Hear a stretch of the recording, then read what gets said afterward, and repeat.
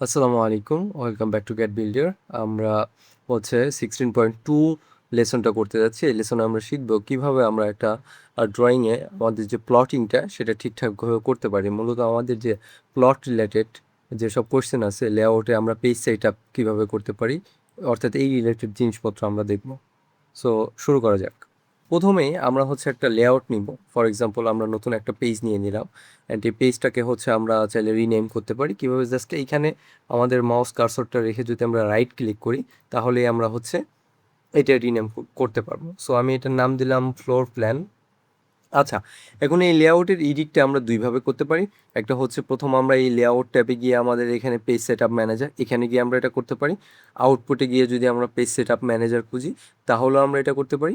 অথবা আমরা যদি এই প্ল্যানে আসি, এখানে এসে রাইট ক্লিক করি, তাহলেও আমরা এই পেজ সেট আপ ম্যানেজারটা করতে পারি।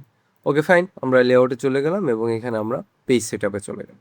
সো আমরা কোন পেজটার সেট আপ নিয়ে কাজ করব? আমি যেটা এই মাত্র ক্রিয়েট করলাম, ফ্লোর প্ল্যান। সো এখানে এটাকে আমরা ঠিকঠাক রেখে জাস্ট এখানে আমরা মডিফাই ক্লিক করে দিলাম। এখন এখানে অনেকগুলো অপশন দেখা যাচ্ছে, আমরা একটা একটা করে দেখি।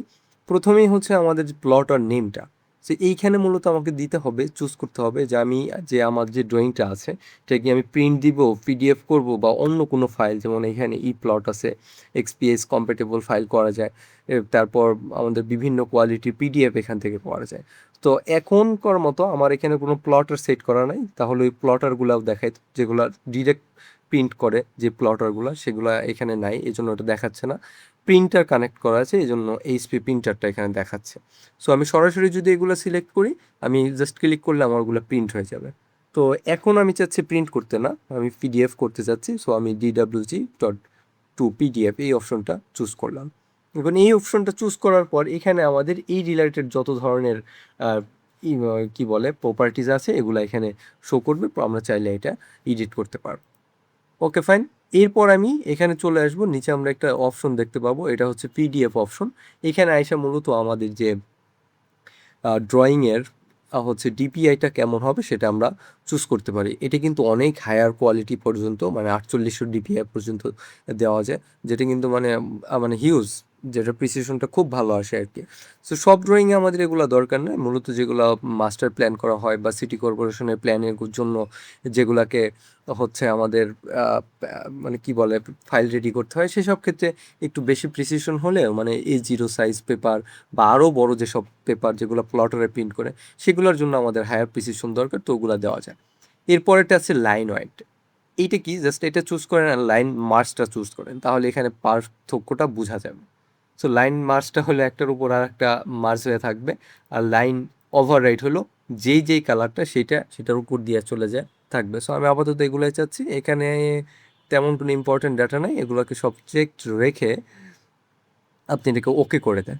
এরপরে আসবে হচ্ছে আমার পেপার সাইজটা, যেটা আমরা চুজ করব। এখানে অনেক ধরনের পেপার সাইজ আছে, আমরা মূলত আইএসও পেপার সাইজটা নিয়ে কাজ করব, এটাই আমরা চুজ করব। এখন আইএসওর মধ্যে তিনটা টাইপস আছে। একটা দেখেন আইএসও নর্মাল, একটা এক্সপ্যান্ড, আর একটা হচ্ছে ফুল ব্লিড। এই ফুল ব্লিডটা কি? চলেন আমরা প্রথমে একটা ফুল ব্লিড A3 চুজ করি, এটা আমি চুজ করলাম। দেখেন আমার এইখানে যে ফাইলটা চুজ হয়েছে এখানে কোনো বাউন্ডারি নাই, আই মিন মার্জিন নাই। এখন যদি আমি আইএসও এক্সপ্যান্ডটাকে ক্লিক করি, A3 সেম পেপারটাকে ক্লিক করলাম, দেখেন একটু মার্জিন ক্রিয়েট হয়েছে। আর আমি যদি দেখেন নর্মাল আইএসওটাকে ক্লিক করি, আইএসও A3, তাহলে আমার কিন্তু মার্জিনটা আরেকটু বেশি হয়ে গেছে। সো এইটা হলো মূলত তিন ধরনের পেপারের, মানে আইএসও ফুল ব্লিড, নর্মাল আর এক্সপ্যান্ড, এই তিনটার আসলে পার্থক্য। তা আপাতত আমি আইএসও নর্মাল A3 যেটা সেটা নিয়ে নিচ্ছি। এখানে তিনটে অপশন আছে, একটা display, extend, layout, window. Display হলো আপনার ডিসপ্লেতে যেটা আছে সেটা ডিরেক্ট প্রিন্টের জন্য আসবে। আর উইন্ডোজটা হলো আপনি এখানে করলে এখানে একটা রিজিয়ন চুজ করা যায়, ঠিক আছে? ওই রিজিয়নটাই হচ্ছে আপনাকে মানে ড্রয়িংয়ে দেখাবে।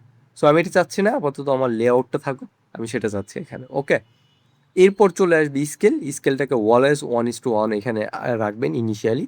এবং আমার ইউনিট কিন্তু আমি আগেই সেট করে নিছি ইঞ্চিতে, সো এখানে আমি ইউনিটটা ইঞ্চিতে দিয়ে নেব, এটা মাস্ট, ঠিক আছে? এখন দেখেন এখানে ইঞ্চিতে দেওয়ার কারণে আমার ইউনিট কিন্তু চেঞ্জ হয়ে গেছে।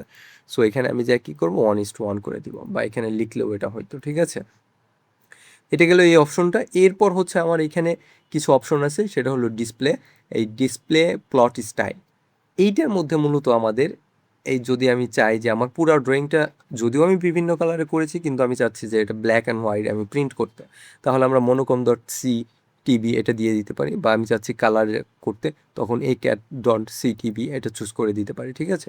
তাহলে হচ্ছে আমার এটা মানে রঙিন প্রিন্টটা আসবে আর কি। অ্যান্ড এরপর এখানে আছে হচ্ছে আমাদের কালার কোয়ালিটি। সো এখানে অপশন আছে, আমি চাইলে আমাদের ডিপিআইটাকে এখানে কাস্টম করে দিতে পারবো। সো আপাতত আমি চাচ্ছি না। বিভিন্ন ধরনের ম্যাক্সিমাম প্রেজেন্টেশন কোয়ালিটি বা ড্রাফট কোয়ালিটিটা জেনারেলি আমরা একটু নর্মাল কোয়ালিটিতে দিয়ে থাকি। সো আমি এটা চাচ্ছি না, আমি নর্মালি চাচ্ছি, সো এটা দিলাম। এখন এখানে আছে প্লট অবজেক্ট লাইন ওয়েট, কিছু প্লটের অপশন আছে।